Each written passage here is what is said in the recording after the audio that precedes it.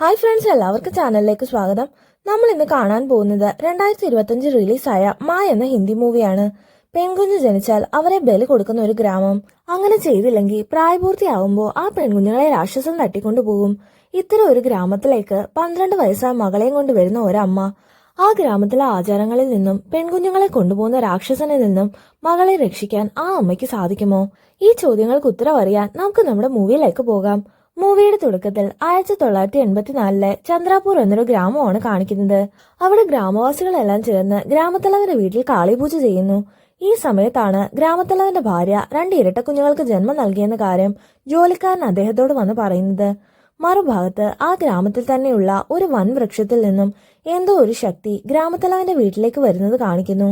ഇതേ സമയം ഗ്രാമത്തലവന്റെ ഇരട്ടക്കുഞ്ഞുങ്ങളിലൊന്ന് പെൺകുട്ടിയാണെന്ന് അറിഞ്ഞതോടെ ഗ്രാമവാസികളെല്ലാം ഒരുപോലെ ഷോക്കാവുന്നു. കാരണം ആ ഗ്രാമത്തിൽ ഏതെങ്കിലും പെൺകുഞ്ഞുങ്ങൾ ജനിച്ചാൽ അവരെ കൊന്നുകളയണമെന്നാണ് അവരുടെ നിയമം.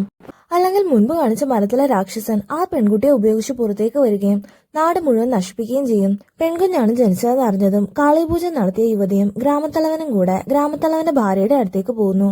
നാടിന്റെ രക്ഷയ്ക്ക് വേണ്ടി സ്വന്തം മകളെ ബലി കൊടുക്കാനായി ഗ്രാമത്തലവൻ പൂജാരിനെ ഏൽപ്പിക്കുന്നു. ശേഷം അവരെല്ലാവരും ചേർന്ന് ആ കുഞ്ഞിനെയും കൊണ്ട് കാട്ടിലേക്ക് പോകുന്നു. അവിടെയുള്ള ബലിക്കല്ലിൽ കിടത്തി പൂജാരിണി ആ കുഞ്ഞിനെ ബലി കൊടുക്കുന്നു.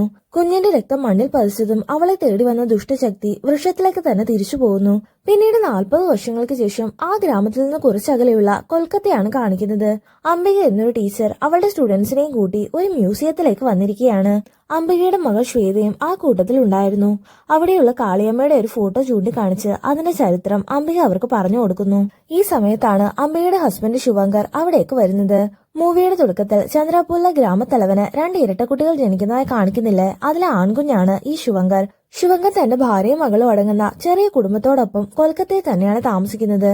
ശേഷം അവര് 3 പേരും കൂടി സംസാരിക്കുമ്പോൾ ഇത്തവണത്തെ വെക്കേഷന് നമുക്ക് അച്ഛന്റെ നാട്ടിലേക്ക് പോയാലോ എന്ന് ശ്വേത അവരോട് ചോദിക്കുന്നു. കാരണം പറഞ്ഞു കേട്ടിട്ടുണ്ടെന്നല്ലാതെ അവൾ ഇതുവരെ അച്ഛന്റെ നാട്ടിലേക്ക് പോയിട്ടില്ല. പക്ഷെ അവിടെ നെറ്റ്വർക്ക് ഇല്ലെന്നും ഫെസിലിറ്റീസ് ഒക്കെ കുറവാണെന്നും പറഞ്ഞ് ശുഭങ്കർ അതിന് സമ്മതിക്കുന്നില്ല. പിന്നീട് അന്ന് രാത്രി അംബികയും ശുഭങ്കറും തമ്മിൽ ഇതിനെക്കുറിച്ച് സംസാരിക്കുന്നതാണ് കാണിക്കുന്നത്. നമുക്ക് സത്യങ്ങളെല്ലാം മോളോട് പറഞ്ഞാലോ എന്ന് ശുഭങ്കർ ചോദിക്കുമ്പോൾ അവൾ കുട്ടിയല്ലേ, അവൾക്ക് ഇതൊന്നും മനസ്സിലാക്കാൻ കഴിയില്ലെന്ന് അംബിക മറുപടി പറയുന്നു. അല്പസമയം കഴിഞ്ഞതും ശുഭങ്കറിന്റെ നാട്ടിൽ നിന്നും ഒരു ഫോൺ കോൾ വരുന്നു. മറുവശത്തു നിന്ന് പറഞ്ഞ അച്ഛന്റെ മരണവാർത്ത കേട്ട് ശുഭങ്കറിന് വല്ലാത്ത വിഷമം തോന്നുന്നു.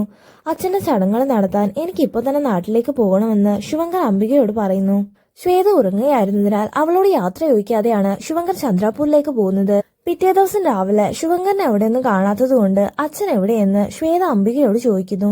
അച്ഛൻ ഒരു അത്യാവശ്യമായിട്ട് ചന്ദ്രാപൂരിലേക്ക് പോയതാണെന്ന് അംബിക മറുപടി പറയുന്നു. ഞാൻ അതിന്റെ കൂടെ പോകാൻ വാശി പിടിക്കുമെന്ന് കരുതിയാണോ എന്നോട് ഇത് മറച്ചു വെച്ചതെന്ന് ശ്വേത അംബികയോട് ചോദിക്കുന്നു.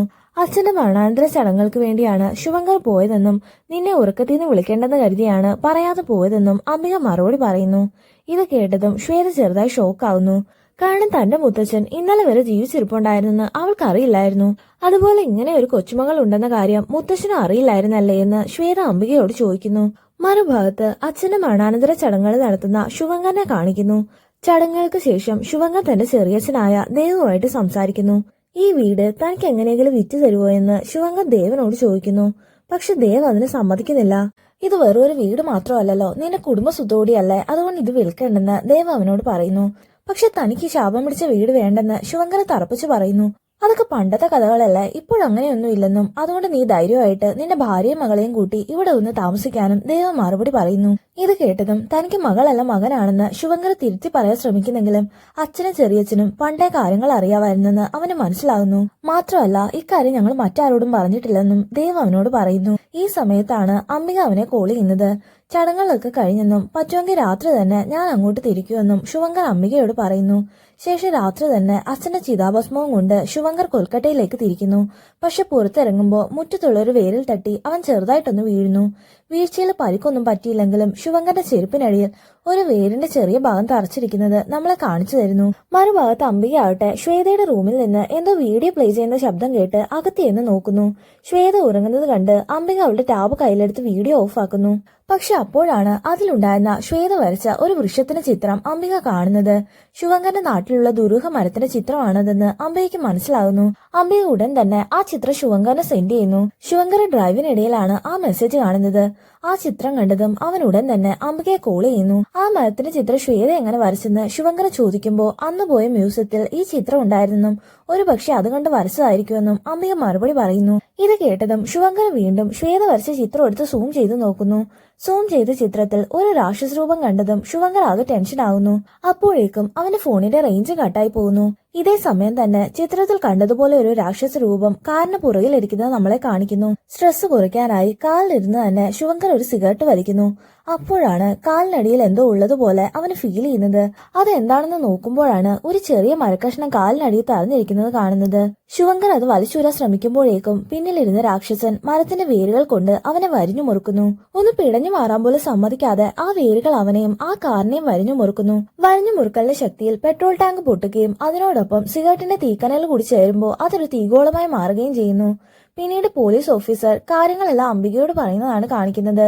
ഡ്രൈവ് ചെയ്യുന്നതിനിടെ പെട്രോൾ ടാങ്ക് ഓപ്പൺ ആണെന്ന് അറിയാതെ സ്മോക്ക് ചെയ്തതുകൊണ്ടാണ് ഫയർ ആക്സിഡന്റ് ഉണ്ടായതെന്ന് ഓഫീസർ അംബികയോട് പറയുന്നു. ശേഷം മരണാനന്തര ചടങ്ങുകളാണ് കാണിക്കുന്നത്. ശുഭങ്കറിന്റെ ചെറിയച്ഛൻ ദേവും ചടങ്ങിൽ പങ്കെടുക്കാൻ കൊൽക്കത്തയിലേക്ക് വരുന്നു. ഭർത്താവിന്റെ മരണത്തിൽ മനസ്സ് തകർന്നു നിൽക്കുന്ന അംബികയും മകളെയും അദ്ദേഹം ആശ്വസിപ്പിക്കുന്നു. നിങ്ങളുടെ എന്താവശ്യത്തിനും കൂടെ കാണുമെന്ന് ഉറപ്പ് നൽകിയാണ് ദേവ് അവിടെ നിന്ന് പോകുന്നത്. ദിവസങ്ങൾ കഴിഞ്ഞെങ്കിലും ശുഭങ്കറിന്റെ മരണത്തിന്റെ ആഘാതത്തിൽ നിന്ന് റിക്കവർ ആകാൻ അംബികയ്ക്ക് ശ്വേതയ്ക്ക് സാധിക്കുന്നില്ല. മരണം നടന്ന് ഏകദേശം 3 മാസങ്ങൾ കഴിയുമ്പോഴേക്കും സാമ്പത്തികമായും അവർ കുറച്ച് ഞെരുക്കത്തിലാവുന്നു. ഈ സമയത്താണ് ദേവ് അംബികയെ കോൾ ചെയ്യുന്നത്. ശുഭങ്കർ തന്നെ പറഞ്ഞേൽപ്പിച്ചിരുന്നത് പോലെ അവന്റെ കുടുംബ വീട് വിൽക്കാനായി അംബികയുടെ സൈൻ കൂടി ആവശ്യമാണെന്ന് ദേവ് അവളോട് പറയുന്നു. ചന്ദ്രാപൂരിലേക്ക് പോകാൻ താല്പര്യമില്ലാഞ്ഞിട്ടും കാശിന്റെ അത്യാവശ്യം ഉള്ളതുകൊണ്ട് അംബികയ്ക്ക് അതിന് സമ്മതിക്കേണ്ടി വരുന്നു. ശ്വേതയെ കൂട്ടാതെ ഒറ്റയ്ക്ക് അവിടേക്ക് പോയി പ്രോപ്പർട്ടി വിറ്റ് തിരിച്ചു വരാനാണ് അംബിക പ്ലാൻ ചെയ്യുന്നത്. പക്ഷെ ശ്വേത അതിന് സമ്മതിക്കുന്നില്ല. നമ്മൾ ഇനി ഒരിക്കലും അവിടേക്ക് പോവില്ലല്ലോ, അതുകൊണ്ട് ഒരേ ഒരു തവണയെങ്കിലും എനിക്ക് അവിടേക്ക് വരണമെന്ന് ശ്വേത നിർബന്ധം പിടിക്കുന്നു. ഒടുവിൽ ശ്വേതയുടെ നിർബന്ധത്തിന് വഴങ്ങി അവളെയും കൂട്ടിയാണ് അംബിക ചന്ദ്രാപൂരിലേക്ക് പോകുന്നത്. നാട്ടിലെ ശുഭങ്കറിന്റെ വീട്ടുമുറ്റത്തെത്തിയതും അകത്തു നിന്ന് ശുഭങ്കർ തങ്ങളെ നോക്കി നിൽക്കുന്നത് പോലെയാണ് അംബികയ്ക്ക് തോന്നുന്നത്. ഒരു നിമിഷത്തേക്ക് അവിടെ ശ്രദ്ധ തെറ്റിയതും വണ്ടി അവിടെ കൂടി വരുന്ന ഒരു പെൺകുട്ടിയെ ഇടിക്കാൻ പോകുന്നു. പക്ഷെ കൃത്യസമയത്ത് തന്നെ ബ്രേക്ക് ഔട്ടുന്നതിനാൽ അപകടം ഒഴിവാകുന്നു. അപ്പോഴേക്കും ആ പെൺകുട്ടിയുടെ മാതാപിതാക്കളും അവിടെ കൂടി വരുന്നു. ആ പെൺകുട്ടിയുടെ പേര് ദീപിക എന്നായിരുന്നു. അവളുടെ അച്ഛൻ വികാസ് ശുഭങ്കറിന്റെ അച്ഛന്റെ ജോലിക്കാരന്റെ മകനായിരുന്നു. മാത്രമല്ല ഇപ്പൊ അവിടുത്തെ ജോലിക്കാര്യങ്ങളെല്ലാം നോക്കുന്നതും വികാസ് ആയിരുന്നു. ശ്വേതയാകട്ടെ വന്ന ഉടൻ തന്നെ ദീപികയായിട്ട് ഒരു ഫ്രണ്ട്ഷിപ്പ് ഉണ്ടാക്കിയെടുക്കുന്നു. മാത്രമല്ല അച്ഛൻ ഇവിടെ ഇത്രയും വലിയൊരു ബംഗ്ലാവ് ഉണ്ടെന്ന് അറിഞ്ഞ് ശ്വേത ചെറുതായി എക്സൈറ്റഡ് ആവുന്നു. ശ്വേത ദേവികയോടൊപ്പവും അംബിക വികാസിന്റെ കൂടെയും വീട് മുഴുവൻ നടന്നു കാണുന്നു. സാധാരണ അമ്പലങ്ങളിൽ പൂജ നടത്തുന്ന പോലെ ചന്ദ്രാപൂരിൽ ശുഭങ്കറിന്റെ വീട്ടിലെ പൂജാമുറിയിലാണ് ദേവീ വിഗ്രഹം പ്രതിഷ്ഠിച്ച് പൂജ നടത്തുന്നത്. ആ പൂജാമുറി അടഞ്ഞു കിടക്കുന്നത് കണ്ട് ഇതാരും തുറക്കാറില്ലേ എന്ന് അംബിക വികാസിനോട് ചോദിക്കുന്നു. കാളിയുടെ ദർശനം കിട്ടിയവർക്കല്ലാതെ മറ്റാർക്കും ആ പൂജാമുറി തുറക്കാൻ കഴിയില്ലെന്ന് വികാസ് മറുപടി പറയുന്നു. കഴിഞ്ഞ കുറെ വർഷങ്ങളായി ആർക്കും ദേവിയുടെ ദർശനം ഉണ്ടാകാത്തതുകൊണ്ട് പൂജാമുറിയും തുറന്നിട്ടില്ല. അതിന്റെ അനിഷ്ടങ്ങളൊക്കെ നാട്ടിലുണ്ടെന്നും വികാസ് അംബികയോട് പറയുന്നു. വികാസിനോട് കൂടുതൽ സംസാരിക്കുമ്പോഴാണ് വികാസിന്റെ അച്ഛൻ ഇപ്പോഴും ജീവനോടെ ഉണ്ടെന്നും അദ്ദേഹമാണ് വികാസിനോട് ഈ കാര്യങ്ങളൊക്കെ പറഞ്ഞതെന്നും അംബികയ്ക്ക് മനസ്സിലാവുന്നത്. ശേഷം അംബിക വികാസിന്റെ അച്ഛനെ കാണാനായിട്ട് പോകുന്നു. പക്ഷെ പ്രായത്തിന്റെ ആവശ്യത കൊണ്ടും ചില മാനസിക ബുദ്ധിമുട്ടുകൾ ഉള്ളതുകൊണ്ടും വികാസിന്റെ അച്ഛൻ വല്ലാത്തൊരവസ്ഥയിലായിരുന്നു ഉണ്ടായിരുന്നത്. അംബിക പലതും സംസാരിക്കുന്നെങ്കിലും അദ്ദേഹം അതിനൊന്നും മറുപടി പറയുന്നില്ല. ശേഷം വികാസും ഭാര്യ നന്ദിനിയും കൂടെ അംബികയ്ക്ക് ശ്വേതയ്ക്കും ഭക്ഷണം കൊടുക്കുമ്പോൾ വികാസിന്റെ അച്ഛൻ കതക് തുറന്ന് പുറത്തേക്ക് വരുന്നു. നിങ്ങൾ ഇവിടേക്ക് വരാൻ പാടില്ലായിരുന്നെന്നും വേഗം തിരിച്ചു പോയില്ലെങ്കിൽ നിങ്ങൾ ശാപം നേരിടുമെന്നും അദ്ദേഹം അവരോട് പറയുന്നു. ഇത് കേട്ടതും അവരാകെ പേടിച്ചു പോകുന്നു. അത് മനസ്സിലാക്കി വികാസും നന്ദിനി ഉടൻ തന്നെ അച്ഛനെയും കൊണ്ട് മുറിക്കകത്തേക്ക് പോകുന്നു. ആരോട് സംസാരിക്കാതെ മുറിയിൽ തന്നെ കഴിച്ചുകൂട്ടിയ അദ്ദേഹം വർഷങ്ങൾക്ക് ശേഷം ആദ്യമായിട്ടായിരുന്നു സംസാരിച്ചത്. അവിടെ നടന്നതൊക്കെ കണ്ട് ഭയന്നുപോയ ശ്വേതയെ അംബിക ആശ്വസിപ്പിക്കുന്നു. ഈ നാടും ഇവിടുത്തെ ആളുകളും ഒക്കെ കുറച്ച് വിചിത്രമാണെന്നും അതുകൊണ്ട് മോൾ അമ്മയോട് പറയാതെ എങ്ങോട്ടും പോകരുതെന്നും അംബിക മകളോട് പറയുന്നു. ശേഷം അന്ന് രാത്രി ഉറങ്ങിക്കിടക്കുന്ന ശ്വേതയുടെ റൂമിൽ 2 വിരൂപ സ്ത്രീകൾ വരുന്നതും അവരവളെ നോക്കി എന്തൊക്കെയോ മന്ത്രം ചൊല്ലുന്നതും കാണിക്കുന്നു. പിറ്റേ ദിവസം രാവിലെ ഒരു ബ്രോക്കറിനെയും കൂട്ടി ദേവ് അംബികയുടെ അടുത്തേക്ക് വരുന്നു. നല്ലൊരു ഡീല് വന്ന ഉടനെ തന്നെ ഓക്കെ പറഞ്ഞേക്കാൻ അംബിക ബ്രോക്കറിനോട് പറയുന്നു. പക്ഷെ ഈ വീടിനെ കുറിച്ച് പല കഥകളും നാട്ടുകാർ പറയുന്നുണ്ടെന്നും അതുകൊണ്ട് നമ്മൾ പറയുന്നത്ര വില കിട്ടാൻ സാധ്യതയില്ലെന്നും ബ്രോക്കർ മറുപടി പറയുന്നു. ഇത് കേട്ടതും ഈ വീടിന് എന്തെങ്കിലും കുഴപ്പമുണ്ടോ എന്ന് അംബിക ബ്രോക്കറിനോടും ദേവിനോടുമായിട്ട് ചോദിക്കുന്നു. ബ്രോക്കർ അതിനെന്തോ മറുപടി പറയാൻ തുടങ്ങിയതും അങ്ങനെയൊന്നും ഇല്ലെന്ന് പറഞ്ഞ് ദേവ് അയാളെ തടയുന്നു. ദേവ് അങ്ങനെ പറഞ്ഞെങ്കിലും ഇവിടെ താൻ അറിയാത്ത എന്തൊക്കെയോ രഹസ്യങ്ങൾ കൂടി ബാക്കിയുണ്ടെന്ന് അംബികയ്ക്ക് മനസ്സിലാവുന്നു. മറുഭാഗത്ത് ശ്വേതയും ദീപികയും സംസാരിക്കുന്നത് കാണിക്കുന്നു. അതിനിടയിലാണ് ശ്വേതയുടെ ടാബിലെ മരത്തിന്റെ ചിത്രം ദീപിക കാണുന്നത്. ഇത് ഈ ഗ്രാമത്തിലുള്ള ശാപം പിടിച്ച മരമല്ലേ, നീ എങ്ങനെയാ ഈ ചിത്രം വരച്ചതെന്ന് ദീപിക ശ്വേതയോട് ചോദിക്കുന്നു. മാത്രമല്ല ഈ മരത്തിൽ ഒരു രാക്ഷസനുണ്ടെന്നും അതിനെ പേടിച്ച ആളുകളാരും അവിടേക്ക് പോകാറില്ലെന്നും ദീപിക അവളോട് പറയുന്നു. പക്ഷെ മരത്തിനെ കുറിച്ചുള്ള കഥകൾ കേട്ടെന്നും ശ്വേതയ്ക്ക് അത് നേരിട്ട് കാണാൻ വല്ലാത്ത ആഗ്രഹം തോന്നുന്നു. പക്ഷെ ദീപിക അതിന് സമ്മതിക്കുന്നില്ല. ഒടുവിൽ നമുക്കത് ദൂരെ നിന്ന് കാണാമെന്നും അടുത്തേക്ക് പോകേണ്ടെന്നും പറഞ്ഞ് ശ്വേത ദീപികയെ കൊണ്ട് സമ്മതിപ്പിക്കുന്നു. ഇതേ സമയം അംബിക ആവട്ടെ ബംഗ്ലാവിന് പുറത്ത് കുറച്ച് ആളുകൾ വന്ന് ദേവനോട് എന്താ വിഷമം പറയുന്നതും പക്ഷെ ദേവ് അവരെ അവിടെ നിന്ന് ഓടിച്ചു വിടുന്നതും കാണുന്നു. മറുഭാഗത്ത് ദീപികയും ശ്വേതയും കൂടെ രാക്ഷസ മരത്തിന്റെ അടുത്തേക്ക് പോകുന്നത് കാണിക്കുന്നു. കുറച്ച് അകലെ നിന്ന് മരം കാണിച്ചു കൊടുത്തിട്ട് ഞാൻ ഇനി അടുത്തേക്ക് വരുന്നില്ലെന്നും ചേച്ചി വേണമെങ്കിൽ പോയി നോക്കിക്കോളാനും ദീപിക ശ്വേതയോട് പറയുന്നു.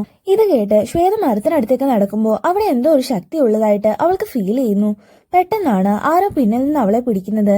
ഞെട്ടിത്തിരിഞ്ഞു നോക്കുമ്പോൾ അംബികയാണെന്ന് കണ്ടതും അവൾക്ക് അല്പം ആശ്വാസം തോന്നുന്നു. തന്റെ വാക്ക് ധിക്കരിച്ച് ഇവിടേക്ക് വന്നതിന് അംബിക അവളെ വഴക്ക് പറയുന്നു. അപ്പോഴേക്കും അവരെ തിരക്കി നന്ദിനി അവിടേക്ക് വരുന്നു. ദീപികയെ കണ്ടതും നന്ദിനി അവളെ വഴക്ക് പറയുന്നു. പക്ഷെ അപ്പോഴാണ് തനിക്ക് വയറുവേദനിക്കുന്നെന്ന് ദീപിക നന്ദിനിയോട് പറയുന്നത്. പക്ഷെ അവള് കള്ളം പറയുകയാണെന്ന് കരുതി നന്ദിനി അത് മൈൻഡ് ചെയ്യുന്നില്ല. എന്നാൽ ദീപിക കള്ളം പറഞ്ഞതല്ലെന്നും അവൾക്ക് പ്രായപൂർത്തിയായതാണെന്നും അംബിക നന്ദിനിയോട് പറയുന്നു. ഇത് കേട്ടതും നന്ദിനി ആകെ പേടിക്കുന്നു. ശേഷം നന്ദിനി ദീപികയെ കൂട്ടിക്കൊണ്ടുപോയി ഒരു റൂമിനുള്ളിൽ ലോക്ക് ചെയ്യുന്നു. എന്തൊക്കെയോ മന്ത്രങ്ങൾ ചെയ്താണ് നന്ദിനി ദീപികയെ ലോക്ക് ചെയ്യുന്നത്. അന്ന് രാത്രി ദീപിക ആ റൂമിനുള്ളിൽ ഉറങ്ങുമ്പോഴാണ് ഒരു രാക്ഷസ രൂപം ജനലിലൂടെ അകത്തേക്ക് വരുന്നത്. ആ രൂപം കണ്ട് ദീപിക അലറി വിളിക്കാൻ ശ്രമിക്കുമ്പോഴേക്കും ആ റൂം മുഴുവൻ മരത്തിന്റെ വേരുകൾ വളർന്നു വരികയും അത് അവളെ ചുറ്റി വരിഞ്ഞ് പുറത്തേക്ക് വലിച്ചുകൊണ്ട് പോവുകയും ചെയ്യുന്നു. ഈ ശബ്ദം കേട്ടുകൊണ്ടാണ് നന്ദിനി അവിടേക്ക് വരുന്നത്. റൂമിനകത്ത് ദീപികയില്ലെന്ന് കണ്ടതും അവരാകെ പേടിച്ചു പോകുന്നു. നന്ദിനിയുടെയും വികാസിന്റെയും കരച്ചിൽ കേട്ടാണ് അംബികയും ശ്വേതയും പുറത്തേക്ക് വരുന്നത്. ദീപികയെ കാണാനില്ലെന്ന് വികാസ് പറയുമ്പോൾ അവൾ ഇവിടെ അകത്തെവിടെയെങ്കിലും കാണുമെന്ന് അംബിക മറുപടി പറയുന്നു. എന്നാൽ ദീപിക ഇവിടെ ഇല്ലെന്നും ഇവള് കാരണമാണ് എന്റെ മോളെ അത് പിടിച്ചുകൊണ്ട് പോയതെന്നും ശ്വേതയെ ചൂണ്ടിക്കാണിച്ചുകൊണ്ട് നന്ദിനി പറയുന്നു. ഞങ്ങൾ കൂടി ശാപം വാങ്ങിച്ചു തരാനാണോ ഇങ്ങോട്ട് വന്നതെന്ന് ചോദിച്ച് നന്ദിനി അവൾക്ക് നേരെ അലറുന്നു. മകളെ കാണാത്തതിന്റെ ടെൻഷനിലാണ് നന്ദിനി ഇങ്ങനെയൊക്കെ പറഞ്ഞതെന്ന് കരുതി അവളെ കൂട്ടി അകത്തേക്ക് പോകാൻ അംബിക വികാസിനോട് പറയുന്നു. ശേഷം അംബിക ഇക്കാര്യം പോലീസിൽ ഇൻഫോം ചെയ്യുന്നു. അവിടെ പുതിയതായി ജോയിൻ ചെയ്ത ഇൻസ്പെക്ടറാണ് കേസ് അന്വേഷിക്കാനായി വരുന്നത്. ദീപിക ലോക്ക് ചെയ്ത് റൂം പരിശോധിക്കുമ്പോൾ അവളെ ആരോ ജനൽ വഴി കൊണ്ടുപോയതാണെന്ന് ഇൻസ്പെക്ടറിന് മനസ്സിലാകുന്നു. പക്ഷെ വന്നയാളുടെ കാൽപ്പാടുകളൊന്നും തന്നെ അവിടെ ഉണ്ടായിരുന്നില്ല. ശേഷം ഇൻസ്പെക്ടർ ഇതിനെക്കുറിച്ച് ദീപികയുടെ പേരൻസിനോട് സംസാരിക്കുന്നു. വിവരം അറിഞ്ഞെത്തിയ ചില ഗ്രാമവാസികളും ഈ സമയം അവിടെ ഉണ്ടായിരുന്നു. മരത്തിലെ രാക്ഷസനാണ് തന്റെ മകളെ കൊണ്ടുപോയതെന്നും മാത്രമല്ല ഈ ഗ്രാമത്തിൽ ഇതിനു മുമ്പും ഇതുപോലെ പെൺകുട്ടികളെ കാണാതായിട്ടുണ്ടെന്നും വികാസ് പറയുന്നു. ഇക്കാര്യം പറയാനാണ് കഴിഞ്ഞ ദിവസം ഗ്രാമവാസികൾ ദേവിനെ കാണാൻ വന്നതെന്നും അയാൾ ഇക്കാര്യം തന്നിൽ നിന്ന് മറച്ചു വെച്ചതാണെന്നും അംബികയ്ക്ക് മനസ്സിലാകുന്നു. ആദ്യമായി ആർത്തവം വന്നതിന് ശേഷമാണ് ഇങ്ങനെ പെൺകുട്ടികളെ കാണാതാവുന്നത്. കഴിഞ്ഞ 3-4 മാസങ്ങളായിട്ടാണ് ഗ്രാമത്തിൽ ഇങ്ങനെ സംഭവിക്കുന്നത്. മാത്രമല്ല കാണാതായി കുറച്ചു ദിവസങ്ങൾ കഴിയുമ്പോൾ പെൺകുട്ടികൾ തിരികെ വീട്ടിലേക്ക് മടങ്ങി വരാറുമുണ്ട്. അതുകൊണ്ടാണ് ആരും ഇതുവരെ പോലീസ് കംപ്ലൈന്റ് ചെയ്യാഞ്ഞത്. ഗ്രാമത്തലവന്റെ ശുഭങ്കരന്റെ മരണശേഷമാണ് ഇങ്ങനെയൊക്കെ സംഭവിച്ചതെന്നും ഇതിനൊക്കെ കാരണം നിന്റെ മകൾ ശ്വേതയാണെന്നും പറഞ്ഞ് ഒരു സ്ത്രീ അംബികയെ കുറ്റപ്പെടുത്തുന്നു. ഇത് കേട്ടതും അംബികയ്ക്കാകെ വിഷമം തോന്നുന്നു. ശ്വേതയും ദീപികയും തമ്മിൽ വ്യത്യാസമൊന്നുമില്ലെന്നും അവളെ കാണാത്തതിന് ശ്വേതയുടെ മേൽ കുറ്റം ചുമത്തുന്നത് എന്തിനാണെന്നും അംബിക അവരോട് ചോദിക്കുന്നു. മാത്രമല്ല ദീപികയെ കാട്ടിലേക്കാണ് കൊണ്ടുപോയതെങ്കിൽ അവളെ അന്വേഷിച്ച് അവിടേക്ക് പോകാൻ താൻ തയ്യാറാണെന്നും അംബിക അവരോട് പറയുന്നു. ഇത് കേട്ടതും ദേവ് അവളെ തടയുന്നു. രാത്രി അവിടേക്ക് പോകുന്നത് അപകടമാണെന്ന് ദേവ് പറയുന്നെങ്കിലും അംബിക തന്റെ തീരുമാനത്തിൽ ഉറച്ചു നിൽക്കുന്നു. ഒടുവിൽ അവരും അംബികയോടൊപ്പം കാട്ടിലേക്ക് പോകുന്നു. പക്ഷേ ഇൻസ്പെക്ടറും അംബികയും ഒഴികെ ബാക്കി എല്ലാവരും പേടിച്ച് അല്പം അകലെ തന്നെ നിൽക്കുന്നു. അംബികയും ഇൻസ്പെക്ടറും കൂടിയാണ് ദീപികയെ അന്വേഷിച്ച് കാട്ടിനുള്ളിലേക്ക് പോകുന്നത്. അടുത്തേക്ക് ചെന്നതും രാക്ഷസ മരത്തിനടുത്ത് ദീപിക നിൽക്കുന്നത് കണ്ട് അംബിക അവിടേക്ക് പോകുന്നു. പക്ഷെ അടുത്ത് ചെന്നതും അവിടെ ആരെയും കാണുന്നില്ല. കൂടാതെ രാക്ഷസ മരത്തിൽ നിന്ന് പിഞ്ചു കുഞ്ഞുങ്ങളുടെ കരച്ചിൽ അംബിക കേൾക്കുന്നെങ്കിലും ഇൻസ്പെക്ടർ ആ ശബ്ദം കേൾക്കുന്നില്ല. ഏറെ നേരം നോക്കിയിട്ടും ദീപികയെ കാണാത്തതോടെ അവർ ആ അന്വേഷണം മതിയാക്കുന്നു. അംബിക കുഴപ്പം കൂടാതെ മടങ്ങി വന്നത് കണ്ടതും ശ്വേതയ്ക്ക് ഒരുപാട് ആശ്വാസം തോന്നുന്നു. ദീപികയെ കിട്ടിയോ എന്ന് ശ്വേത ചോദിക്കുമ്പോൾ ഉടനെ കണ്ടുകിട്ടുമെന്ന് അംബിക മറുപടി പറയുന്നു. ഇവിടെ ഈ പ്രശ്നങ്ങളെല്ലാം ഉണ്ടാവാൻ കാരണം ശുഭങ്കർ ആണെന്ന് എല്ലാവരും പറഞ്ഞത് ശ്വേതയും കേട്ടിരുന്നു. ഓരോ തവണ ചന്ദ്രപൂരിലേക്ക് വരുന്ന കാര്യം പറയുമ്പോഴും അച്ഛനും അമ്മയും എന്താണ് എന്നിൽ നിന്ന് മറച്ചു വെച്ചതെന്ന് ശ്വേത അംബികയോട് ചോദിക്കുന്നു. ശ്വേത സത്യങ്ങൾ അറിയാൻ സമയമായെന്ന് തോന്നിയതും അംബിക അവളോട് എല്ലാം തുറന്നു പറയുന്നു. പണ്ട് മ്യൂസിയത്തിൽ പോയപ്പോ അവിടെ കാളിയമ്മയുടെയും രക്തബീജ് എന്ന രാക്ഷസനെയും കഥ പറഞ്ഞത് ഓർമ്മയുണ്ടോ എന്ന് അംബിക ശ്വേതയോട് ചോദിക്കുന്നു. അന്ന് രക്തബീജും ദേവതകളും തമ്മിൽ യുദ്ധം ഉണ്ടായ സമയത്ത് കാളിയാണ് അവരുടെ സഹായത്തിന് വരുന്നത്. രക്തബീജനോട് ആരെങ്കിലും യുദ്ധം ചെയ്താൽ അവന്റെ ശരീരത്തിൽ നിന്ന് മണ്ണിൽ പതിക്കുന്ന ഓരോ തുള്ളി ചോരയും പുതിയൊരു രാക്ഷസനായി മാറും. ഇത് മനസ്സിലാക്കിയ കാളി രക്തബീജനെ തലയറുത്ത് ആ ചോര നിലത്ത് വീഴുന്നതിന് മുന്നേ അത് മുഴുവൻ കുടിച്ചു തീർക്കുന്നു. അതേ രീതിയിൽ രക്തബീജന്റെ ചോരയിൽ നിന്ന് രൂപം കൊണ്ട മറ്റ് രാക്ഷസന്മാരെയും കാളി ഇല്ലാതാക്കുന്നു. പുരാണങ്ങളിലെ കഥ അവിടം കൊണ്ട് അവസാനിക്കുന്നെങ്കിലും ചന്ദ്രപൂരുകളുടെ വിശ്വാസം മറ്റൊന്നായിരുന്നു. അന്നത്തെ യുദ്ധത്തിൽ രക്തബീജന്റെ ഒരു തുള്ളി ചോര ഭൂമിയിൽ പതിച്ചിരുന്നു. അതിൽ നിന്നും അസ്മജ എന്നൊരു പുതിയ രാക്ഷസൻ ഉണ്ടാവുന്നു. അന്ന് ആ രാക്ഷസന്റെ രക്തം വീണ സ്ഥലം ചന്ദ്രാപൂർ ആയിരുന്നു. രക്തബീജനെ പോലെ പുതിയ രാക്ഷസന്മാരെ ഉണ്ടാക്കാനും ഒറ്റയ്ക്ക് കാളിയെ തോൽപ്പിക്കാനും അസ്മജയ്ക്ക് കരുത്തില്ലായിരുന്നു. അങ്ങനെയാണ് ഗ്രാമത്തിലെ പെൺകുട്ടികളെ ഓരോരുത്തരെയായി അസ്മജ തട്ടിക്കൊണ്ടു പോകുന്നത്. അവരാരെങ്കിലും തന്റെ കുഞ്ഞിന് രൂപം കൊടുത്താൽ തന്റെ ശക്തി വീണ്ടെടുക്കാവുന്ന ലക്ഷ്യത്തോടെയായിരുന്നു അസ്മജ അങ്ങനെ ചെയ്തിരുന്നത്. പക്ഷെ സാധാരണക്കാരായ ആ പെൺകുട്ടികൾക്കൊന്നും രാക്ഷസന് മുൻപിൽ പിടിച്ചു നിൽക്കാനാവുന്നില്ല. അങ്ങനെ അസ്മജയുടെ പിടിയിൽ അകപ്പെട്ട പെൺകുട്ടികളെല്ലാം മരണപ്പെടുന്നു. അപ്പോഴാണ് ഈ പ്രശ്നത്തിനൊരു പരിഹാരത്തിനായി ഗ്രാമത്തിലുള്ള ഒരു ദേവി ഭക്തൻ കാളിയമ്മയുടെ സഹായം തേടുന്നത്. അദ്ദേഹത്തിന്റെ പ്രാർത്ഥനാശക്തി കൊണ്ട് കാളിയമ്മയ്ക്ക് അലിവ് തോന്നുകയും കൽവിഗ്രഹത്തിൽ നിന്ന് ഒരു തുള്ളി രക്തം അദ്ദേഹത്തിന്റെ കണ്ണിൽ വീഴുകയും ചെയ്യുന്നു. അതിലൂടെ അംശജയെ കൊല്ലാനുള്ള ശക്തിയും അദ്ദേഹത്തിന് ലഭിക്കുന്നു. പക്ഷെ ഇല്ലാതാക്കുന്നതിന് മുന്നേ അംശജ എവിടേക്ക് ഓടിയൊളിക്കുന്നു. രാക്ഷസന്റെ ശല്യം ഇനി ഉണ്ടാവില്ലെന്ന് കരുതി എല്ലാവരും സന്തോഷിക്കുന്നു. പക്ഷെ സത്യത്തിൽ അസ്മജ തന്റെ അവസരത്തിനായി കാത്തിരിക്കുകയായിരുന്നു. ദേവിയുടെ ശക്തി കിട്ടിയ ഭക്തന്റെ ചോരയുള്ള പെൺകുഞ്ഞിന് രാക്ഷസന്റെ കുഞ്ഞിന് ജന്മം നൽകാനുള്ള ശക്തി ഉണ്ടാവും. ഇത് മനസ്സിലാക്കിയ അംശജ ദേവി ശക്തി കിട്ടിയ ഭക്തന്റെ മകൾക്ക് 12 വയസ്സാകുന്നത് വരെ കാത്തിരിക്കുന്നു. അവളുടെ ആദ്യത്തെ ആർത്തവ സമയത്ത് രാക്ഷസൻ അവളെ തട്ടിക്കൊണ്ടു പോകുന്നു. കുറച്ചു ദിവസങ്ങൾക്ക് ശേഷം പെൺകുട്ടിയെ തിരിച്ചു കിട്ടിയെങ്കിലും ആ സമയം രാക്ഷസന്റെ കുഞ്ഞ് അവളെ രൂപം എടുത്തിരുന്നു. ഇത് മനസ്സിലാക്കി അവളുടെ അച്ഛൻ നാടിന്റെ നന്മയ്ക്കായി സ്വന്തം മകളെ ബലി നൽകുന്നു. അതിനുശേഷം അദ്ദേഹത്തിന്റെ പിന്തലമുറയിലുണ്ടായ ഓരോ പെൺകുഞ്ഞുങ്ങളെയും ഇപ്രകാരം ജനിച്ച ഉടൻ തന്നെ ബലി നൽകുന്നു. അന്നത്തെ ആ ദേവീഭക്തന്റെ പിന്തലമുറയായിരുന്നു ശിവങ്കറിന്റെ കുടുംബവും. അതുകൊണ്ടാണ് ശിവങ്കറിന്റെ ഇരട്ട സഹോദരിയും ബലി കൊടുക്കുന്നത്. ഇക്കാരണം കൊണ്ടാണ് കൊൽക്കത്തയിൽ പഠിക്കാൻ വന്ന ശിവങ്കർ അംബികയെ വിവാഹം കഴിച്ച ശേഷം അവിടെ തന്നെ തുടരുകയും തനിക്ക് മകള് ജനിച്ചെന്ന കാര്യം എല്ലാവരിൽ നിന്നും മറച്ചു വെക്കുകയും ചെയ്യുന്നത്. ഈ കഥകളൊക്കെ കേട്ടതും ശ്വേതയ്ക്കാകെ ഭയം തോന്നുന്നു. പക്ഷെ അമ്മ കൂടെയുള്ളിടത്തോളം കാലം നിനക്കൊന്നും സംഭവിക്കില്ലെന്ന് അംബിക അവൾക്ക് ഉറപ്പ് നൽകുന്നു. മറുഭാഗത്ത് രാക്ഷസൻ വൃക്ഷത്തിന്റെ അടുത്ത് നിൽക്കുന്ന ദീപികയെ കാണിക്കുന്നു. രാക്ഷസൻ തന്റെ മന്ത്രശക്തി കൊണ്ട് ദീപിയെ കൺട്രോൾ ചെയ്യുന്നു. നെക്സ്റ്റ് സീനിൽ ഇൻസ്പെക്ടർ ദേവിനെയും കൂട്ടിക്കൊണ്ട് മുൻപ് കാണാതായ പെൺകുട്ടികളെ പോയി കാണുന്നു. പക്ഷെ ആരാണ് തങ്ങളെ തട്ടിക്കൊണ്ടുപോയതെന്നോ തങ്ങൾക്ക് എന്താണ് സംഭവിച്ചതെന്നോ ഒന്നും അവർക്കാർക്കും ഓർമ്മയുണ്ടായിരുന്നില്ല. പക്ഷെ അതിൽ ഒരു പെൺകുട്ടി മാത്രം താൻ ഒരു പ്രായമായ സ്ത്രീയെ കണ്ടെന്ന് പറയുന്നു. ശേഷം അവർ ഈ കാര്യങ്ങളൊക്കെ അംബികയോടും പറയുന്നു. ഇക്കാര്യങ്ങളൊക്കെ അറിഞ്ഞ ശേഷം അംബിക ബംഗ്ലാവിലേക്ക് വരുമ്പോ അവിടെ ഒരു പ്രായമായ സ്ത്രീ വന്ന് അകത്തേക്ക് കൈ ചൂണ്ടുന്നു. അംബിക അവരെ കണ്ട് പേടിച്ച് തിരിഞ്ഞു നോക്കുമ്പോഴേക്കും അവർ അവിടെ നിന്ന് അപ്രത്യക്ഷയാകുന്നു. ശ്വേതയ്ക്ക് എന്തെങ്കിലും അപകടം സംഭവിച്ചു എന്ന ഭയത്തോടെയാണ് അംബിക അകത്തേക്ക് കയറുന്നത്. അകത്തെവിടെ ശ്വേതയെ കാണാതായതോടെ അംബികയുടെ ഭയം കൂടുന്നു. പക്ഷെ അപ്പോഴാണ് വികാസിന്റെ അച്ഛന്റെ റൂമിൽ നിന്ന് അയാൾ ആരോടും സംസാരിക്കുന്ന ശബ്ദം കേൾക്കുന്നത്. അംബിക ഉടനെ റൂമിനകത്തേക്ക് കയറി നോക്കുന്നു. അയാളുടെ അടുത്ത് ശ്വേതയെ കണ്ടതും അംബികയ്ക്ക് അല്പം ആശ്വാസം തോന്നുന്നു. അംബിക അയാളുടെ അടുത്ത് നിന്ന് ശ്വേതയും കൂട്ടി പുറത്തേക്ക് ഇറങ്ങാൻ നേരം അയാൾ ഒരു പഴയ പേപ്പർ അംബികയെ ഏൽപ്പിക്കുന്നു. ഇത് ശിവങ്കറിന്റേതാണെന്നും ഇതിനുള്ളിൽ ദേവിയുടെ ശാസനമാണെന്നും അയാൾ അംബികയോട് പറയുന്നു. അന്ന് രാത്രി മുഴുവൻ അംബിക അത് വായിച്ചെടുക്കാൻ ശ്രമിക്കുന്നെങ്കിലും അതിലെന്താണെന്ന് പൂർണ്ണമായിട്ട് മനസ്സിലാക്കാൻ അവൾക്ക് കഴിയുന്നില്ല. പക്ഷെ പെട്ടെന്നാണ് അവൾക്ക് മുന്നിൽ ശിവങ്കർ ഒരു സ്വപ്നത്തിൽ എന്ന പോലെ പ്രത്യക്ഷപ്പെടുന്നത്. ദേവിയുടെ ശാസനത്തിന്റെ അർത്ഥം ശിവങ്കർ അവൾക്ക് പറഞ്ഞു കൊടുക്കുന്നു. അസുരൻ തന്റെ പാപങ്ങൾ വിതയ്ക്കുമ്പോൾ മകളുടെ കണ്ണുനീർ മണ്ണിലേക്ക് രക്തമായി താഴുമെങ്കിലും ദേവിയുടെ ചെങ്കോൽ ഏറ്റവും വലിയ വരദാനമാകും. മകളുടെ രക്തം ആ അസുരനെ ഇല്ലാതാക്കും. ഇതായിരുന്നു ആ ശാസനത്തിൽ എഴുതിയിരുന്നത്. ഇക്കാര്യം പറഞ്ഞു തീർത്തതും ശിവങ്കർ അപ്രത്യക്ഷനാവുകയും പകരം കാളിദേവി പ്രത്യക്ഷപ്പെടുകയും ചെയ്യുന്നു. എന്തൊക്കെയാണ് തനിക്ക് ചുറ്റും സംഭവിക്കുന്നതെന്ന് അംബികയ്ക്ക് പൂർണ്ണമായിട്ട് മനസ്സിലാകുന്നില്ല. പിറ്റേ ദിവസം കാളിദർശനം ലഭിച്ച കാര്യം അംബിക വികാസിനോട് പറയുകയും ശേഷം ബംഗ്ലാവിലെ പൂജാമുറി തുറക്കുകയും ചെയ്യുന്നു. 40 വർഷത്തിന് ശേഷം ആദ്യമായിട്ടാണ് ഒരാൾക്ക് ദേവി ദർശനം ലഭിക്കുന്നത്. അതുകൊണ്ട് ഇതറിഞ്ഞ് ഗ്രാമവാസികളെല്ലാം അവിടേക്ക് വരികയും അംബികയെ വണങ്ങുകയും ചെയ്യുന്നു. ശേഷം അവരെല്ലാവരും ദേവിയോട് പ്രാർത്ഥിക്കുന്ന സമയത്താണ് കാണാതായ ദീപിക അവിടേക്ക് വരുന്നത്. അതോടെ ഇതെല്ലാം കാളിയമ്മയുടെ അനുഗ്രഹമാണെന്ന് ദേവ് എല്ലാവരോടും പറയുന്നു. അതിനുശേഷം അംബിക ഇൻസ്പെക്ടറും കൂടെ ഇതുവരെ രാക്ഷസൻ തട്ടിക്കൊണ്ടുപോയി തിരിച്ചു വന്ന കുട്ടികളെയെല്ലാം ചെക്കപ്പിന് കൊണ്ടുപോകുന്നത് കാണിക്കുന്നു. അവരെ എല്ലാവരെയും ആദ്യത്തെ ആർത്തവ ദിനത്തിലാണ് കാണാതായത്. അവരെ സെക്ഷൽ അബ്യൂസ് നടന്നതിന്റെ ലക്ഷണമില്ലെന്നും പക്ഷെ എല്ലാ പെൺകുട്ടികളുടെ ആർത്തവം ഒരുപോലെ നിന്നു പോയിരിക്കുകയാണെന്നും ഡോക്ടർ അവരോട് പറയുന്നു. പക്ഷെ അതിനൊരു വ്യക്തമായ കാരണം പറയാൻ ഡോക്ടറിന് സാധിക്കുന്നില്ല. ശേഷം അന്ന് രാത്രി അംബിക ഉറങ്ങാൻ വേണ്ടി റൂമിലേക്ക് വരുമ്പോഴാണ് തനിക്ക് വയർ വേദനിക്കുന്നെന്ന് ശ്വേത അവളോട് പറയുന്നത്. ഇത് കേട്ടതും അംബിക അവളുടെ അടുത്തിരുന്ന് മെല്ലെ തലോടി കൊടുക്കുന്നു. മറുഭാഗത്ത് ഉറങ്ങിക്കിടന്ന ദീപിക ഉറക്കം എണീക്കുന്നത് കാണിക്കുന്നു. ഇരുട്ടത്ത് ശബ്ദം ഉണ്ടാക്കാതെ അവൾ ശ്വേതയുടെ റൂമിലേക്ക് പോകുന്നത് കണ്ട് മുത്തശ്ശൻ അവളെ തടയുന്നു. നീ ഈ സമയം എവിടെ പോവുകയാണെന്ന് മുത്തശ്ശൻ ചോദിക്കുമ്പോൾ ദീപിക ഒരു ദുഷ്ടശക്തിയായിട്ട് മാറുകയും അവൾ അയാളെ ശ്വാസം മുട്ടിച്ച് കൊലപ്പെടുത്തുകയും ചെയ്യുന്നു. ശേഷം ശ്വേതയുടെ റൂമിൽ ചെന്ന് നോക്കുമ്പോൾ ബെഡ്ഷീറ്റിൽ പറ്റിപ്പിടിച്ചിരിക്കുന്ന രക്തക്കറ കണ്ട് ദീപികയുടെ കണ്ണ് തിളങ്ങുന്നു. ദീപിക പതിയെ ശ്വേതയുടെ അടുത്ത് ചെന്ന് അവളെ വിളിച്ചുണർത്തുന്നു. നമുക്കൊരിടം വരെ പോകാമെന്ന് പറഞ്ഞ് ദീപിക ശ്വേതയും കൂട്ടി പുറത്തേക്ക് പോകുന്നു.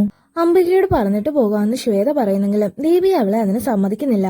അല്പസമയം കഴിഞ്ഞാണ് എന്തോ ശബ്ദം കേട്ട് അംബിക ഞെട്ടി എണീക്കുന്നത്. അവിടെ എങ്ങും ശ്വേതയെ കാണാതെ അവൾ ആകെ ടെൻഷൻ ആവുന്നു. ശ്വേതയെ അന്വേഷിച്ച് പുറത്തേക്ക് ഇറങ്ങുമ്പോഴാണ് വികാസിന്റെ അച്ഛൻ മരിച്ചു കിടക്കുന്നത് അവൾ കാണുന്നത്. ഇനി തന്റെ മകൾക്ക് എന്തെങ്കിലും അപകടം സംഭവിച്ചു എന്ന ഭയത്തോടെ അംബിക പുറത്തേക്ക് പോകുമ്പോഴാണ് ബാധ കയറിയതുപോലെ മുൻപ് രാക്ഷസം പിടിച്ചുകൊണ്ടുപോയ പെൺകുട്ടികളും വൃക്ഷത്തിന്റെ വേരുകളും ചേർന്ന് ശ്വേതയെ വലിച്ചുകൊണ്ട് പോകുന്നത് കാണുന്നത്. അക്കൂട്ടത്തിൽ അംബിക മുൻപ് കണ്ട പ്രായമുള്ള സ്ത്രീയും ഉണ്ടായിരുന്നു. അംബിക അവരുടെയൊക്കെ കയ്യിൽ നിന്ന് എങ്ങനെയോ ശ്വേതയെ രക്ഷിക്കുന്നു. നിന്റെ മകളുടെ ബലി ബാക്കിയുണ്ടെന്ന് ആ പ്രായമായ സ്ത്രീ പോകും മുമ്പ് അംബികയെ ഓർമ്മിപ്പിക്കുന്നു. വീട്ടിൽ തിരിച്ചെത്തിയതും ആ രാത്രി തന്നെ ശ്വേതയും കൊണ്ട് അവിടം വിട്ടു പോകാൻ അംബിക തീരുമാനിക്കുന്നു. ഈ സമയത്താണ് ദേവ് അവിടേക്ക് വരുന്നത്. അംബിക പോകാൻ ഒരുങ്ങുന്നത് കണ്ട് ദേവ് അവളെ തടയുന്നു. ശ്വേതയെ ബലി കൊടുക്കാനല്ലേ കാളിപൂജയുടെ പേരിൽ നിങ്ങൾ എന്നെ തടയുന്നത്, ഞാൻ അതിന് സമ്മതിക്കില്ലെന്ന് അംബിക ദേവിനോട് പറയുന്നു. ഈ സമയത്ത് തന്നെയാണ് തനിക്ക് പീരീഡ്സ് ആയ വിവരം ശ്വേത അംബികയോട് പറയുന്നത്. ഇതുകൂടി കേട്ടതോടെ അംബിക കൂടുതൽ ടെൻഷൻ ആവുന്നു. ശേഷം ഉടൻ തന്നെ അംബിക മോളെയും കൂട്ടി കാറിൽ നാട് വിട്ടു പോകുന്നു. പക്ഷെ അല്പം മുന്നോട്ട് പോയതും മുൻപ് വന്ന ബാധ കയറിയ പെൺകുട്ടികൾ അവരെ തടയുന്നു. മുന്നോട്ട് പോകാൻ സാധിക്കാത്ത വിധം ആ പെൺകുട്ടികൾ അവരുടെ വണ്ടി ബ്ലോക്ക് ചെയ്യുന്നു. ദീപിക ആ കൂട്ടത്തിൽ ഉണ്ടായിരുന്നു. അംബികയെ ആക്രമിച്ച് അവർ ശ്വേതയെ കൊണ്ടുപോകുന്നു. അംബികയുടെ കൺമുന്നിൽ വെച്ച് അവർ ഓരോരുത്തരായി ബോധമില്ലാത്ത ശ്വേതയുടെ ബോഡി പാസ് ചെയ്ത് അവസാനം അവളെ ഒരു പുരുഷന്റെ കയ്യിൽ ഏൽപ്പിക്കുന്നു. ആ പുരുഷൻ ദേവാണെന്ന് കണ്ടതും അംബികയാകെ ഷോക്കാവുന്നു. ദേവ് ശ്വേതയും കൊണ്ട് പോകുന്നത് കണ്ടിട്ടും ഒന്നും ചെയ്യാനാവാതെ അംബികയുടെ ബോധം മറയുന്നു. നെക്സ്റ്റ് സീനിൽ ഇൻസ്പെക്ടർ ബംഗ്ലാവിലേക്ക് വരുന്നതാണ് കാണിക്കുന്നത്. രാക്ഷസൻ തന്റെ അച്ഛനെ കൊന്നെന്നും അംബികയും ദീപികയും ശ്വേതയും എല്ലാം മിസ്സിംഗ് ആണെന്നും വികാസ് ഇൻസ്പെക്ടറിനെ അറിയിക്കുന്നു. ദേവ് എവിടെയെന്ന് ഇൻസ്പെക്ടർ ചോദിക്കുമ്പോൾ അദ്ദേഹം ഇന്നലെ മുതൽ മിസ്സിംഗ് ആണെന്നും ഫോൺ വിളിച്ചിട്ട് സ്വിച്ച് ഓഫ് ആണെന്നും വികാസ് മറുപടി പറയുന്നു. ഇത് കേട്ടതും ഇൻസ്പെക്ടറിന്റെ ഉള്ളിൽ എന്തൊക്കെയോ സംശയം തോന്നുന്നു. മറുവശത്ത് അംബിക സ്വഭാവത്തിലേക്ക് വരുമ്പോൾ തൊട്ടു മുന്നിൽ മുൻപ് കണ്ട പ്രായമായ സ്ത്രീയെയാണ് കാണുന്നത്. എന്റെ മകൾ എവിടെയെന്ന് അംബിക ചോദിക്കുമ്പോൾ ഞാൻ അവളെ രക്ഷിക്കാനാണ് വന്നതെന്നും അതിനു മുന്നേ ദേവ് അവളെ കൊണ്ടുപോയെന്നും ആ സ്ത്രീ മറുപടി പറയുന്നു. മറുഭാഗത്ത് ഇൻസ്പെക്ടർ ആകട്ടെ ഇതുവരെയുള്ള ദേവിന്റെ പ്രവൃത്തികൾ ഒന്നുകൂടി ഓർത്തെടുക്കുന്നു. എന്തുകൊണ്ടോ ഇതിനെല്ലാം പിന്നിൽ ദേവാണോ എന്ന് ഇൻസ്പെക്ടറിന് സംശയം തോന്നുന്നു. അങ്ങനെ ഒരു സംശയത്തിന് പുറത്താണ് ഇൻസ്പെക്ടർ കാട്ടിലേക്ക് പോകുന്നത്. പ്രതീക്ഷിച്ചതുപോലെ ദേവിനെ അവിടെ കണ്ടതും അയാൾ തന്നെ സംശയം ഉറപ്പിക്കുന്നു. എന്തിനാണ് ഇങ്ങനെയൊക്കെ ചെയ്തതെന്നും ആ കുട്ടികൾ എവിടെയെന്നും ഇൻസ്പെക്ടർ ചോദിക്കുമ്പോൾ അപ്പൊ നിങ്ങൾ സത്യങ്ങളെല്ലാം മനസ്സിലാക്കിയല്ലേ എന്ന് ദേവ് തിരിച്ചു ചോദിക്കുന്നു. ഒരു ഭാഗത്ത് ദേവ് ഇൻസ്പെക്ടറിനോട് സത്യങ്ങൾ തുറന്നു പറയുമ്പോൾ മറുഭാഗത്ത് പ്രായമായ സ്ത്രീ അംബികയോടും കാര്യങ്ങൾ പറയുന്നു. ആ പ്രായമായ സ്ത്രീ മറ്റാരും ആയിരുന്നില്ല. മൂവിയുടെ തുടക്കത്തിൽ കാളിപൂജ ചെയ്യാൻ തിരഞ്ഞെടുക്കപ്പെട്ട ലേഡിയായിരുന്നു അത്. അന്നത്തെ ദിവസം ശുഭങ്കറിന്റെ ഇരട്ട സഹോദരിയെ ബലി കൊടുക്കാൻ കൊണ്ടുപോകുന്നെങ്കിലും ആ പിഞ്ചു കുഞ്ഞിനെ കൊല്ലാൻ അവൾക്ക് മനസ്സ് വരുന്നില്ല. ഒരിക്കലും ഒരമ്മ സ്വന്തം കുഞ്ഞിനെ ബലി നൽകാൻ ആവശ്യപ്പെടില്ലെന്നും ഒരുപക്ഷെ ദേവിയുടെ ശാസനം പൂർവികർ തെറ്റായി വ്യാഖ്യാനിച്ചതായിരിക്കുമെന്നും ആ സ്ത്രീ അവരോട് പറയുന്നു. പക്ഷെ ഇത് കേട്ടതും ഇവളെ കള്ളം പറയുകയാണെന്ന് പറഞ്ഞ് ദേവ് മുന്നോട്ട് വന്ന് ആ കുഞ്ഞിനെ ബലി കൊടുക്കുന്നു. നാട്ടുകാരുടെ മുമ്പിൽ ആളാകാൻ വേണ്ടിയും പൂജാരിണിയെ മോശക്കാരിയാക്കാൻ വേണ്ടിയുമാണ് ദേവ് അന്ന് അങ്ങനെ ചെയ്തത്. അതിനുശേഷവും പൂജാരിണിയുടെ വാക്കുകൾ മറ്റുള്ളവരെ ശ്രദ്ധിക്കാതിരിക്കാൻ ദേവ് അവളെ ലൈംഗികമായി ഉപദ്രവിക്കുകയും മോശപ്പെട്ട സ്ത്രീയെന്ന് മുദ്ര കുത്തി നാട് കടത്തുകയും ചെയ്യുന്നു. വിചാരിച്ച പോലെ നാട്ടുകാരുടെ മുന്നിൽ ദേവിന്റെ ഇമേജ് കൂടുകയും അവർ അയാളെ ഗ്രാമത്തലവനാക്കുകയും ചെയ്യുന്നു. പക്ഷെ അങ്ങനെ ഇരിക്കെയാണ് അംസജ ദേവിന് മുന്നിൽ വരുന്നത്. പഴങ്കഥകളിലെ രാക്ഷസനെ നേരിട്ട് കണ്ടതും ദേവാകെ പേടിച്ചു പോകുന്നു. ദേവാംശമുള്ള പെൺകുട്ടിയെ കൊന്ന് തന്റെ പദ്ധതികൾ തകർത്തതിന് ദേവിനെ കൊല്ലാനായിരുന്നു അംസജ വന്നത്. പക്ഷെ തന്നെ കൊല്ലരുതെന്നും പകരം നിങ്ങൾ പറയുന്നതെല്ലാം അനുസരിക്കാമെന്നും പറഞ്ഞ് ദേവ് ജീവന് വേണ്ടി യാചിക്കുന്നു. അങ്ങനെയെങ്കിൽ നിന്റെ കുടുംബത്തിലെ ഇനി ഉണ്ടാകുന്ന പെൺകുഞ്ഞിനെ കൊല്ലരുതെന്നും ആദ്യത്തെ ആർത്തവ ദിവസം അവളെ എനിക്ക് തരണമെന്നും അംസജ ദേവിനോട് പറയുന്നു. ദേവ് അത് ചെയ്യാമെന്ന് വാക്കു കൊടുക്കുന്നു. തനിക്ക് വേണ്ടി പ്രവർത്തിക്കാൻ അംസജ ദേവിന് തന്റെ ശക്തികളും കൊടുക്കുന്നു. പിന്നീടുള്ള കാലം ശുഭങ്കറിന്റെ മകൾ വലുതാകാനാണ് അവർ കാത്തിരുന്നത്. സമയം അടുത്തെന്ന് മനസ്സിലായപ്പോ ദേവ് സ്വന്തം ചേട്ടനെ കൊന്ന് ശുഭങ്കറിനെ നാട്ടിലേക്ക് കൊണ്ടുവരുന്നു. പിന്നീട് അംബികയും ശ്വേതയും നാട്ടിൽ വരുത്താനാണ് ശുഭങ്കറിനെ അയാൾ കൊലപ്പെടുത്തുന്നത്. ഈ കഥകളൊക്കെ കേട്ട് അല്പം ഭയം തോന്നുമെങ്കിലും അത് പുറത്തു കാണിക്കാതെ നിങ്ങൾ പിടിച്ചുകൊണ്ട് വന്ന കുട്ടികൾ എവിടെയെന്ന് ഇൻസ്പെക്ടർ ദേവിനോട് ചോദിക്കുന്നു. അപ്പൊ നിനക്ക് ഇതുവരെ ഞാൻ ആരാണെന്ന് മനസ്സിലായില്ലല്ലേ എന്ന് ദേവ് ചോദിക്കുമ്പോൾ രാക്ഷസന്റെ കൺട്രോളിലുള്ള പെൺകുട്ടികൾ ഓരോരുത്തരായി അവിടേക്ക് വരുന്നു. ഒപ്പം ദേവ് സ്വയം രാക്ഷസന്റെ രൂപത്തിലേക്ക് മാറുകയും മരത്തിന്റെ വേരുകൾ കൊണ്ട് ഇൻസ്പെക്ടറിനെ വരിഞ്ഞു മുറുക്കുകയും ചെയ്യുന്നു. മറുഭാഗത്ത് പൂജാരിണി അംബികയോട് കാളിപൂജ ചെയ്യാൻ ആവശ്യപ്പെടുന്നത് കാണിക്കുന്നു. രാക്ഷസനിൽ നിന്ന് രക്ഷിക്കാൻ ദേവിക്ക് മാത്രമേ കഴിയുള്ളൂ എന്ന ബോധ്യം വന്നതുകൊണ്ട് അംബികയും ഒപ്പം ആ നാട് മുഴുവനും കാളിപൂജ ചെയ്യുന്നു. പൂജയ്ക്കിടെ അംബിക കാട്ടിലേക്ക് പോകുന്നു. അവിടെ രാക്ഷസ മരത്തിന്റെ അടുത്ത് ശ്വേത കിടക്കുന്നത് കണ്ട് അംബിക അവിടേക്ക് പോകുമ്പോഴാണ് ദേവ് അവളുടെ മുന്നിലേക്ക് വരുന്നത്. ഇത്തവണ വിജയം അംസജയുടേതാണെന്ന് പറഞ്ഞ് ദേവ് രാക്ഷസന കൺട്രോളിലുള്ള പെൺകുട്ടികളെ അംബികയെ ആക്രമിക്കാൻ പറഞ്ഞു വിടുന്നു. അവരുടെ ഉള്ളിലെ രാക്ഷസ ശക്തിക്ക് മുൻപ് പിടിച്ചു നിൽക്കാനാവാതെ അംബിക നിലത്തേക്ക് വീഴുന്നു. മറുഭാഗത്ത് ആ ഗ്രാമം ഒന്നടങ്കം കാളിയോട് സഹായം യാചിക്കുന്നത് കാണിക്കുന്നു. ഈ സമയം അംബികയാകട്ടെ ചെറുത്തുനിൽപ്പിനിടയിൽ ദീപികയുടെ തലയിൽ കൈവച്ചതും രാക്ഷസ ശക്തി അവളിൽ നിന്ന് വിട്ടകലുന്നത് കാണിക്കുന്നു. അപ്രകാരം തന്നെ ആക്രമിക്കാൻ വന്ന എല്ലാ പെൺകുട്ടികളുടെയും നെറ്റിയിൽ കൈവച്ച് രാക്ഷസന്റെ കൺട്രോളിൽ നിന്നും അംബിക അവരെ മോചിപ്പിക്കുന്നു. ഇത് കണ്ടതും ദേവ് തന്നെ നേരിട്ട് അംബികയെ ആക്രമിക്കാൻ തുടങ്ങുന്നു. അംബികയെ അയാൾ വേരുകൊണ്ട് വരിഞ്ഞു മുറുക്കി ശ്വാസം മുട്ടിക്കുന്നു. ബോധം മറിഞ്ഞ് അംബിക നിലത്ത് വീഴുമ്പോൾ അവളുടെ ഒരു തുള്ളി രക്തം ഒഴുകി മണ്ണിലേക്ക് വീഴുന്നു. ഈ സമയം ഇതുവരെ ബലി കൊടുത്ത കുഞ്ഞുങ്ങളുടെ ആത്മാക്കൾക്ക് ജീവൻ വെക്കുകയും ഒപ്പം കാളിയമ്മയുടെ ശക്തി അംബികയ്ക്കുള്ളിൽ പ്രവേശിക്കുകയും ചെയ്യുന്നു. പണ്ട് രക്തബീജനെ നിഗ്രഹിച്ചതുപോലെ അംബികയ്ക്കുള്ളിലെ കാളിദേവി അംശജയെ നശിപ്പിക്കുന്നു. ശേഷം അവന്റെ ഹൃദയം വലിച്ചു പുറത്തെടുത്ത് അത് വെറും ഭസ്മമാക്കുന്നു. ശേഷം അംബിക ബോധമില്ലാതെ കിടക്കുന്ന ശ്വേതയെ കൈകളിലെടുത്ത് മറ്റു കുട്ടികളെയും കൂട്ടി ഗ്രാമവാസികളുടെ അടുത്തേക്ക് പോകുന്നു. മരിച്ചുപോയെന്ന് വിശ്വസിച്ച മക്കളെ കണ്ടതും അവർക്കെല്ലാവർക്കും ഒരുപാട് സന്തോഷമാവുന്നു. പക്ഷെ ബോധമില്ലാതെ കിടക്കുന്ന ശ്വേതയെ കണ്ട് പ്രായമായ പൂജാരിണി അവളുടെ വയറ്റിൽ കൈവയ്ക്കുന്നു. അപ്പോഴാണ് അംശജയുടെ ജീവൻ അവളുടെ ഉള്ളിലുണ്ടെന്ന് അവർക്ക് മനസ്സിലാവുന്നത്. ഒരു രാക്ഷസ കുഞ്ഞിന് ജന്മം കൊടുക്കുന്നത് തടയാൻ മകളെ ബലി കൊടുക്കേണ്ടി വരുമെന്നോർത്ത് അംബികയാകെ ധർമ്മസങ്കടത്തിലാകുന്നു. ഒരമ്മയെന്ന നിലയിൽ ഇത് എനിക്ക് വേണ്ടി മാത്രമല്ല നിനക്ക് വേണ്ടി കൂടിയുള്ള പരീക്ഷയാണെന്ന് അംബിക കാളിദേവിയോട് പറയുന്നു. ശേഷം അംബിക ശ്വേതയ്ക്ക് നേരെ വാളോങ്ങുന്നതും ഇതുവരെ ബലി നൽകപ്പെട്ട പെൺകുഞ്ഞുങ്ങളുടെ ആത്മാക്കൾ മണ്ണിനടിയിൽ നിന്ന് പുറത്തേക്ക് വരുന്നു. ഇത് കണ്ടതും പൂജാരിണി ഓടിച്ചെന്ന് അംബികയെ തടയുന്നു. ഒപ്പം ശ്വേതയുടെ വയറ് കൈവച്ച് നോക്കുമ്പോൾ അവളുടെ ഉള്ളിലുണ്ടായിരുന്ന ദുഷ്ടശക്തിയെ കാളിദേവി ഇല്ലാതാക്കിയെന്ന് അവർക്ക് മനസ്സിലാവുന്നു. ഈ വാള് കാളിദേവി നമ്മുടെ പൂർവികർക്ക് കൊടുത്തത് അംശജയെ ഇല്ലാതാക്കാനാണെന്നും പക്ഷെ ഭീരുക്കളായ അവരതിർ പെൺകുഞ്ഞുങ്ങളെ ബലി കൊടുക്കാനാണെന്ന് തെറ്റായി വ്യാഖ്യാനിച്ചതാണെന്നും പൂജാരിണി അംബികയോട് പറയുന്നു. കാളിദേവിയുടെ സഹായത്താൽ അംശജയെ ഇല്ലാതാക്കിയതിനൊപ്പം അവന്റെ പിൻതലമുറകളെയും ദേവി ഇല്ലാതാക്കിയെന്ന് പൂജാരിണി സന്തോഷത്തോട് പറയുന്നു. അപ്പോഴേക്കും ശ്വേത മയക്കം വിട്ട് എഴുന്നേൽക്കുന്നു. രാക്ഷസനെ ഇല്ലാതാക്കിയതിന് അവരെല്ലാവരും ഒരുമിച്ച് ദേവിക്ക് നന്ദി പറയുന്നു. മറുഭാഗത്ത് അംശജയെ ഇല്ലാതാക്കിയ സ്ഥലത്തേക്ക് ബ്ലാക്ക് ഹുഡി ധരിച്ച ഒരാൾ വരുന്നത് കാണിക്കുന്നു. അംശജയുടെ കത്ത് കരഞ്ഞ ചാമ്പൽ അയാൾ കൈകളിലെടുക്കുമ്പോൾ ദുഷ്ടശക്തി അയാളുടെ ശരീരം മുഴുവൻ വ്യാപിക്കുന്നു. ചെകുത്താനെ ഇല്ലാതാക്കിയെന്ന് കരുതിയാലും മനുഷ്യരുള്ളിടത്തോളം കാലം അവന്റെ ഉള്ളിൽ ചെകുത്താനും ജീവനോടെ ഉണ്ടാവുമെന്ന് പറഞ്ഞുകൊണ്ട് അയാൾ നടന്നകലുന്നു. സെയ്ത്താൻ എന്ന സിനിമയിലെ മാധവൻ അഭിനയിച്ച ക്യാരക്ടറാണ് ഈ ഹുഡി ധരിച്ച ആളായിട്ട് കാണിക്കുന്നത്. അപ്പോൾ ഇതോടുകൂടി നമ്മുടെ മൂവി അവസാനിക്കുകയാണ്. പതിവ് പറയുന്ന പോലെ നിങ്ങളുടെ സപ്പോർട്ട് കൂടി ഉണ്ടെങ്കിൽ എനിക്ക് ഈ ചാനൽ മുന്നോട്ട് കൊണ്ടുപോകാൻ സാധിക്കൂ. അതുകൊണ്ട് നിങ്ങൾക്ക് ഈ വീഡിയോ ഇഷ്ടപ്പെട്ടെങ്കിൽ ലൈക്ക് ചെയ്തും ഇനി ഇത്തരം വീഡിയോസ് കാണണമെന്ന് ആഗ്രഹം ഉണ്ടെങ്കിൽ ചാനൽ സബ്സ്ക്രൈബ് ചെയ്ത് സപ്പോർട്ട് ചെയ്യുക. ഒപ്പം നല്ലതാണെങ്കിലും മോശമാണെങ്കിലും വീഡിയോയെക്കുറിച്ചുള്ള നിങ്ങളുടെ അഭിപ്രായങ്ങൾ കമന്റ്സിലൂടെ അറിയിക്കുക. ഇനിയും മറ്റൊരു വീഡിയോ ആയിട്ട് നമുക്ക് വീണ്ടും കാണാം.